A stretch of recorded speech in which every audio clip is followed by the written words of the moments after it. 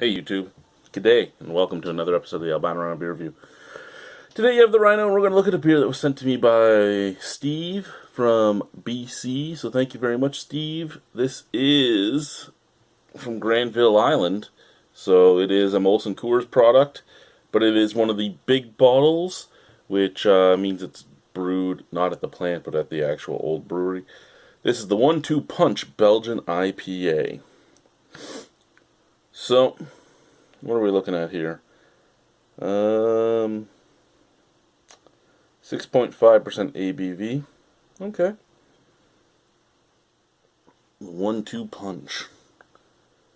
Now, I was reading, one of my Facebook friends is Stephen Beaumont. Stephen Beaumont is well known as a beer writer. Writes the World's Atlas of Beer, and he was commenting on on Belgian IPAs that he was expecting, funkiness and Brett and this and that, and I'm sitting there thinking, really, when I get a Belgian IPA or a Belgian Pale Ale, all I'm really expecting is a little bit of esters from a Belgian yeast strain. Yeah, I mean, Brett is known amongst the Belgian beer styles, but I expect like a Belgian wit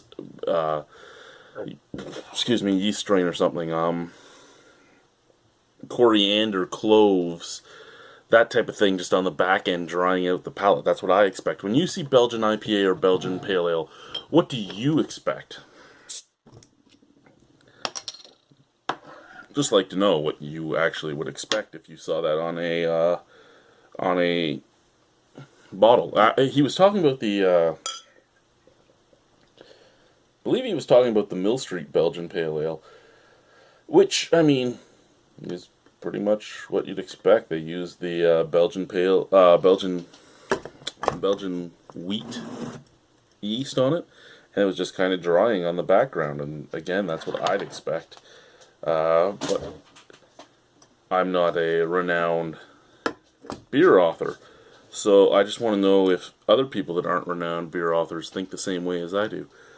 Color, nice brassy color, slightly eggshell white head, little tiny snap crackle pop scent.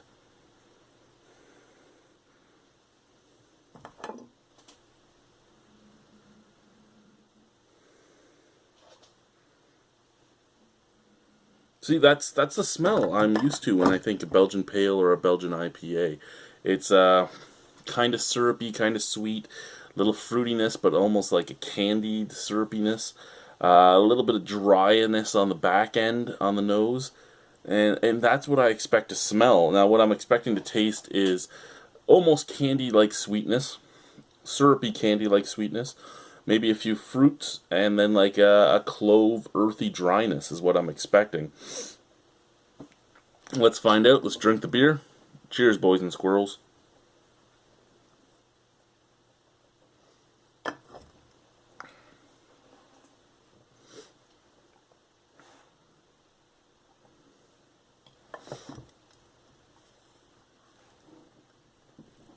Yep.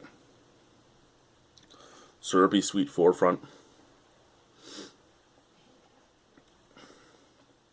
A little bit of like grapefruit grapefruit skin.